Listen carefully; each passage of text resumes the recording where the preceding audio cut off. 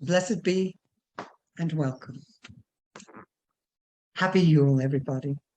My name is Tanara Von Forslun, and I am the matriarch, the clan mother of the tribe of the Crow ATC and the clans of Boskednan internationally. And at this sacred time, I want to take you back to the first times of the first mothers and share a story with you, the sacred story of Yule.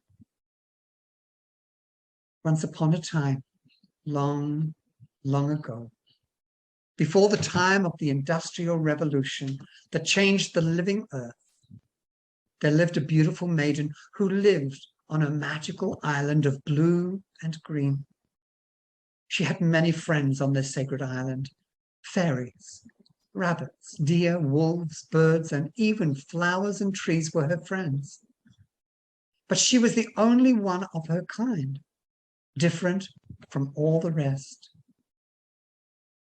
She so loved where she lived, and especially all her friends, whom she wanted to share with others like her.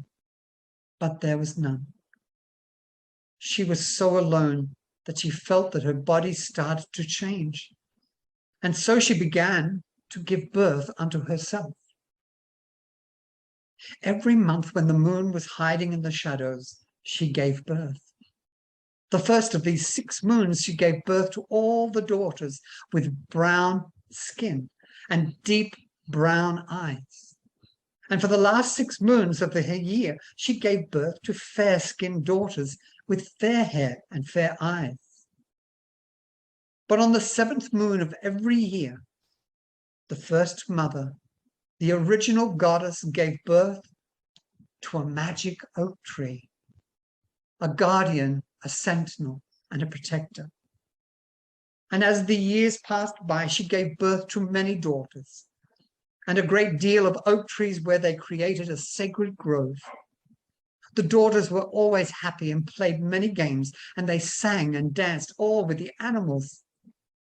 This was an incredibly happy, free, and wild time. They shared their laughter as they climbed the great oak tree brothers, and they gathered flowers while singing and dancing with the fae, the fairies of the land.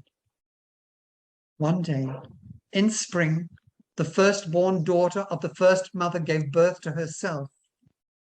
And the first mother was so immensely proud and content, and her favorite friend, Oak Tree, who was so very old and wise, gave her a silver crown to wear and hold and have, and told her that she was now a grandmother, a crone to all those that would follow. And it came to pass that many of her daughters gave birth unto themselves. And as the grandmother, the first mother became happier than she ever could dream, as her island was full of babies, big girls, and lots of mummies, all who played and laughed together with the fae, the spirits of the land, and with the animals and the trees in a world of absolute happiness and bliss and wild fun.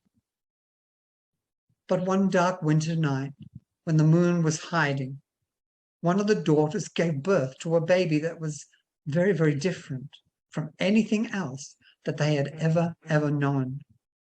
It was not a daughter, and it was not an oak tree. It was different. It was a baby boy, the first baby boy.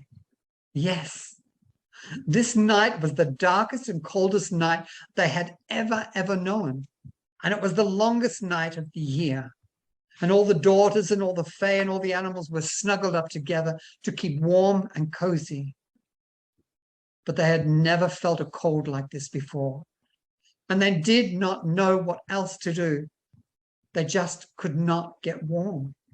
And the wise old oak tree then suggested that they take from him some of his limbs, that they cut him down as a sacrifice for the firstborn son, this light of the earth. And they took this oak tree body and they cut it into pieces and took it to their home, which they did. And the elder fae used a magic stone that she had and struck it on another stone. and a magical light, a magical spark appeared. And thus was the first fires appeared, which frightened everyone at first. But after a while, they realized that it gave out radiance and warmth that kept them all alive, especially the baby boy that would have surely died if the old oak did not sacrifice himself. The mother brought the baby boy close to the edge of the fire, closer than anyone else, as they were still a little scared of this new magic thing that the Fae called fire. The baby boy opened his eyes and began to wiggle his fingers, and he smiled, and he moved close to his mother's breasts and drank from her milk. And soon everyone was certain that this baby boy was going to survive. They were all so happy. They danced and sang frivolously and crazily all night long around the fire, singing their praise to their old friend, the first oak, who gave up his life for this divine child.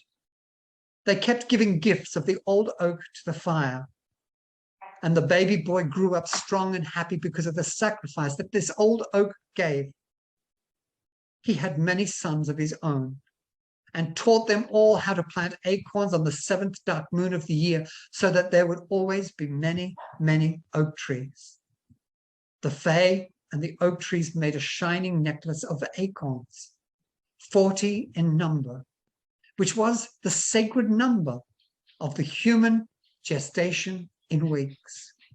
And they presented this sacred acorn necklace to the first mother as a sign of life and rebirth, and it was called the Circle of Stars. Every winter, on the longest, darkest, and coldest of nights, the people of this sacred island built a fire to honor the tradition of sacrifice and rebirth.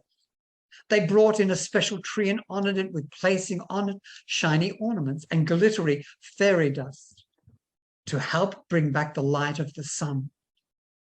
They even picked one special magical lock and decorated it as a gift of appreciation to the fire, and all the children would hear the story of the first oak tree. And so, on the longest night of the year, whenever you light a candle, whenever you build a fire or decorate a special Yule tree, remember the story of the first grandmother and the Fae, who told her their secret of fire. So no matter how cold or dark or bad the world seems, the sun and light will always be reborn and bring us warmth with hope and light and love. Yes, we are going through bad times at the moment with this pandemic, and the world seems dark and grim and bleak, and the shadows are surrounding us. But know that we are within the center of those shadows, a light, a beacon. And we are a part of that first light that the great ones gave us. Even in South here, in Australia, down under, even though it's not wet and cold, but we still celebrate and honor Yule as a festive time of giving and sharing and remembering and honoring the first mother and the firstborn divine son. I wanted to share this story with you. I wish you all the happiest of Yule tidings and the blessings of all the gods and all the Fae and all the people and communities of the world. Thank you for your time. Stay blessed and stay safe. And most of all, stay bright and illumine your soul so that you become a beacon in the shadows of what surrounds you. May you be strong and safe and blessed. Blessed be everybody.